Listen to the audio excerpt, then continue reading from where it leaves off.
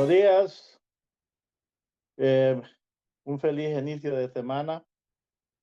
Bienvenidos al estudio de la lección de escuela número 5. Dios pelea, dice, por ustedes. Es el título para toda la semana. Para hoy, lunes 27 de octubre, nos toca el tópico, el juez supremo. Y vamos a entrar en unos textos interesantes, pues cómo Dios manifiesta su justicia, cómo es que es un juez. Y al mismo tiempo, pues él es el que estaba al frente de las famosas guerras santas que podemos mencionar.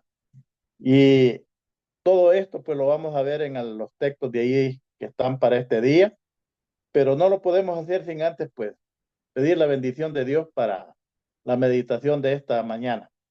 Ahí donde se encuentra, hermano, le suplico que incline su rostro, vamos a tener palabra de oración. Padre, te agradecemos el privilegio de abrir tu palabra. Bendiga el consejo, Señor, que pueda quedar claro en nuestras mentes cómo concebir un Dios pues de amor, de paz, y que para eso es necesario hacer algunas cosas pues que como seres humanos nos parecen bastante extrañas, pero que al meditar en sus consejos pues puedan quedar claras en nuestra mente. Esa es nuestra súplica y nuestro ruego en los méritos de Cristo Jesús. Amén. Muy bien, el juez supremo, y comenzamos con este texto famoso de Génesis 18:25, donde aquí es Abraham el que dice estas palabras cuando está en esa famosa conversación con Dios, vamos a decir así, cuando Dios informa a su siervo Abraham de que va a destruir las ciudades impías de Sodoma y Gomorra, ¿verdad? Y el versículo 25 del capítulo 18 de Génesis es lo que Abraham le dice: lejos de ti, de ti, dice, hacer eso, que hagas morir al justo con el impío. Es lo que Abraham expresa, ¿no? Y que el justo sea tratado, le dice, como el impío. Nunca hagas tal cosa. El juez de toda la tierra, dice, ¿no hará lo que es justo? Es una pregunta interesante.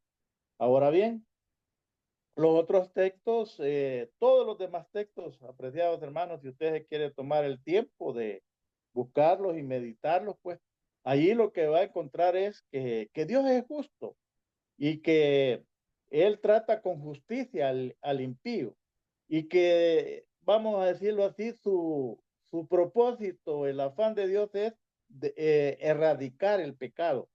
Y esto pues nosotros lo tenemos claro que también, y así lo decimos, que Dios acabará con el pecado y el pecado va a ser destruido allí donde esté. Y si en mí hay pecado, pues lastimosamente pues miré en esa destrucción del pecado. Bien, leamos Salmos 7:11 para tener otro panorama de la justicia de Dios, que dice: Dios, juez justo, airado está, dice, contra el impío todos los días. La palabra primordial, interesante acá es lo primero que dice, que Dios es un juez justo.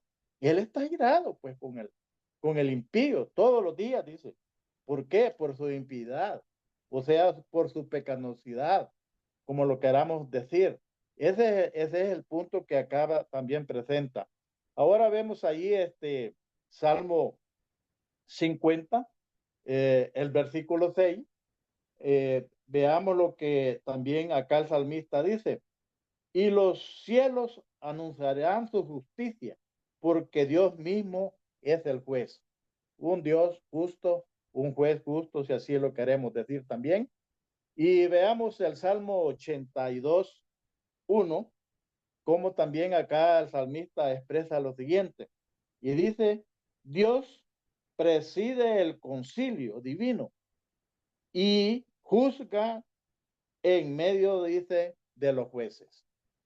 Hermano, el juicio de Dios, pues, que no lo quede la menor duda, es justo, y Él juzga con justicia, no con vamos a decir así, que por impulso o por mala información, no, él conoce todo y sabe lo que es justo y por eso él juzga con justicia. Muy bien, el autor de la lección pues nos introduce de esa manera y dice que la santidad del carácter de Dios significa que no tolera el pecado. Ese es el punto primordial y es el punto que debemos de entender en esta mañana. Como ya lo dije, lo sigo repitiendo. El afán de Dios es acabar con el pecado y él acabará con el pecado a donde esté el pecado. Y entonces, ¿qué es lo que nosotros debemos de entender con esto? Es que no debe de haber pecado en mí si no quiero morir en las manos justas o en el juicio justo de nuestro Padre Celestial. Y así, así se puede también expresar de esa manera. Aunque dice, él es paciente. El pecado debe de cosechar, dice, su consecuencia. O sea, de que cada pecado tiene su consecuencia y debe de cosecharla, dice, al final, que es la muerte. Bueno, así lo dijo el apóstol Pablo, ¿no? En Romanos 6:23, que todos estamos eh, destituidos de la gloria de Dios. Por cuanto todos pecamos, todos pues estamos condenados a la muerte. Muy bien, el Señor declaró, dice, la guerra al pecado sin importar dónde esté. Vea qué interesante. Como el autor de la lección, pues de acuerdo con esta expresión, eh, dice, donde esté, dice, se encontrará, dice, la fuerza, y entonces para terminar con el pecado. Muy bien. Dice que también eh, Israel no estaba exento de esto, porque pareciera de que como que el pueblo de Israel, por ser el pueblo elegido o el pueblo que Dios eligió para que lo representara en esta tierra, vamos a decirlo, pareciera que estaba exento. No, cometían pecado, dice que tenían sus consecuencias también. Dios permitía a otras naciones, o vamos a decirlo así, también usaba a otras naciones para reprender o para que llevaran este castigo al pueblo de Israel por su iniquidad, por su pecado. El hecho, dice, de participar en guerras santas no santificaba a Israel, dice. ¿Qué es el hecho de que, cómo entendemos el hecho de que Israel participaba en guerra santa? Porque eran dirigidas, ordenadas por Dios. Y ya dimos algunos ejemplos de esto, como Dios, a través de su profeta, a través de su siervo, el que estaba al frente en dirigir a Israel, pues decía, bueno, a quién iban a combatir, a quién iban a destruir, y a eso es lo que se le llama guerra santa, porque eran dirigidas y guiadas por Dios. Pero eso dice que no significaba, dice Israel, que ellos estuvieran exentos de eso. Otras naciones, dice, fueron usadas para castigar a Israel cuando cometieron pecado. Ni siquiera dice cuando estas eran, dice, usadas por Dios para ejecutar su juicio contra su propio pueblo elegido, dice. A diferencia de otros pueblos del antiguo cercano oriente, la guerra santa se volvió, dice, contra los israelitas, cuando Dios luchó por ellos, dice, sino contra ellos, permitiendo que sus enemigos los oprimieran, los combatieran y hasta cierto punto eran destruidos o llevados prisioneros, tomados así prisioneros, ¿verdad? Muy bien. Eh, la otra parte que la lección toca en esta mañana, como el juez supremo dice, como guerrero y juez, Dios dice, se compromete a implementar, estabilizar y mantener el imperio de la ley, que es el reflejo de su carácter.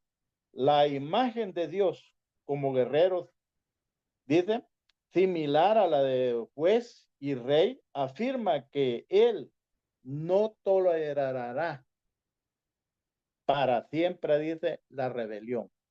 Esto es otro punto, hermano, que debemos de entender. Contra su orden, dice, establecido. Por lo tanto, se puede afirmar que el objetivo de la actividad de Dios nunca es la guerra ni la victoria en sí, sino el restablecimiento de la justicia y la paz. Dice que en definitiva, hacer la guerra y juzgar, dice, o impartir justicia con son una misma cosa, si Dios es el juez de la creación.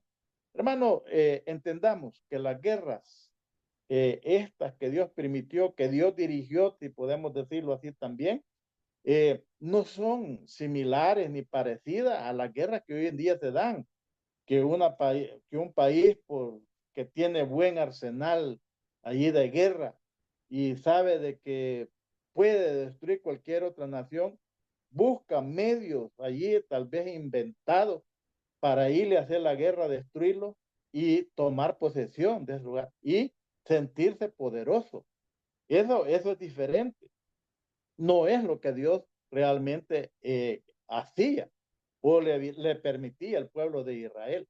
Acuérdense que la guerra que Israel libró fue porque Dios había establecido ya un juicio con estas naciones, que les había dado suficiente tiempo de gracia para que ellos tomaran una decisión en servir al verdadero Dios o seguir sirviendo a los ídolos y haciendo las idolatrías, las tremendas idolatrías que se cometían a esos ídolos.